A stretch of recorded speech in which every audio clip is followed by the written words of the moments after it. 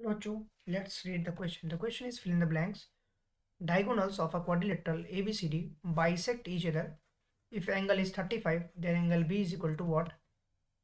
So, first of all, let us write the key concept. So, if I talk about the key concept first, so we know that if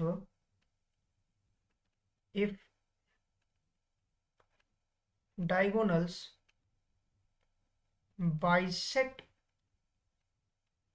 each other, अगर कोई भी diagonals की हम बात करते हैं, अगर कोई भी डायगोनल एक दूसरे को बाइसेक्ट कर रहा है, then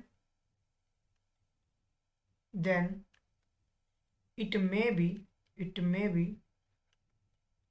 may be a rhombus or parallelogram. अगर कोई भी डायगोनल्स आपस में बाइसेक्ट करता है तो वो मे बी रोम्बस या पैरेललोग्राम हो सकता है. सो इसके लिए let us first of all construct a diagram. तो डायग्राम अगर बना लें, so let's say this is my ABCD is a quadrilateral. इसको मैंने नेम दे दिया ABC और D. कह रहा है इसके डायगोनल्स आपस में बाइसेक्ट कर रहे हैं, मतलब एक डायगोनल यहाँ से A से C गया, is what meet it here, A से C गया, और एक डायगोनल मेरा यहाँ से यहाँ गया.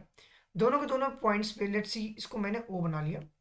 अब क्वेश्चन कह रहा है कि एंगल D, एंगल A यहाँ पे पूरी तरह से दिया है 35, मतलब ये पूरा एंगल की वैल्यू 35 दिया गया है, हमें मेंशन है. हमें निकालना है एंगल B, हमें एंगल B निकालना है यहाँ पर.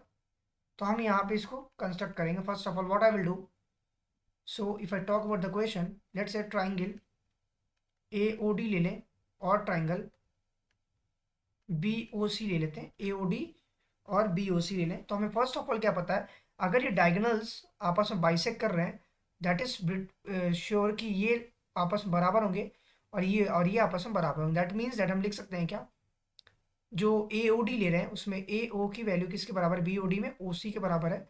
सिमिलरली जो इस ट्राइंगल में OD के बराबर वैल्यूज है वो किसके बराबर है, OB के बराबर है. क्यों, बिकॉज ऑफ दी गिवन, ये हमें given fact given. Now third thing is that अगर ये चीज हमारे बराबर है तो now we can write here what, angle AOD is equal to angle BOC. क्यों, that is vertically opposite angle. Vertically opposite angle की वजह से ये आपस में बराबर है. सो ट्राइंगल AOD किसके बराबर हो गया, दैट इज कॉन्ग्रुएंट हो गया ट्राइंगल किसके, that is congruent triangle BOC. अगर ये ट्राइंगल कॉन्ग्रुएंट हो गया बाय किस क्राइटेरिया से, बाय SAS रूल.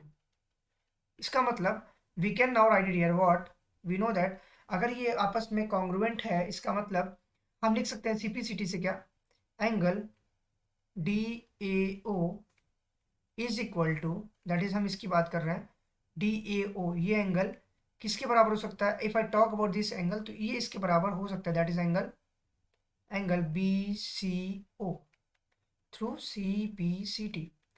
अब हमें यहाँ से अगर फिगर से अगर हम इस CPCT की बात करते हैं, अगर DAO ये वाला इसके बराबर है, और अगर हम फिगर की बात करें ये तभी बराबर हो सकता है जब वो AD और BC पैरेलल हो, एंड हेंस अगर ये CPCT से हो गया एंड हेंस क्या हुआ, AD जो है वो किसके पैरेलल हो गया, BC के पैरेलल हो गया.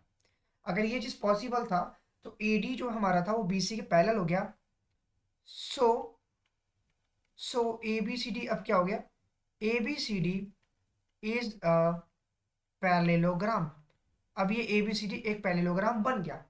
अगर ABCD एक पैरेललोग्राम बन गया तो इससे हम कह सकते हैं क्या, जो सम ऑफ इंटीरियर एंगल का समेशन होता है पैरेललोग्राम में वो 180 के बराबर होता है. दैट मीन्स एंगल A ये जो है, ये जो एंगल की बात करते हैं ये एंगल और ये पूरा एंगल 180 के बराबर होगा. Angle A plus angle B जो होगा that is equal to 180 degree. क्यों, because of sum of interior angle. Interior angle की वजह से बराबर होगा. और एंगल ए की वैल्यू हमारे पास 35 दिया है, तो एंगल बी हम निकाल सकते हैं, that is 180 minus 35 degree, implies that angle B की जो वैल्यू हो गई that is equal to 155 degree. ये हमारा रिक्वायर्ड आंसर होगा, जो कि हम यहाँ पे लिख सकते हैं, that is 155 degree. So I hope you understand it well. Best of luck. Thank you.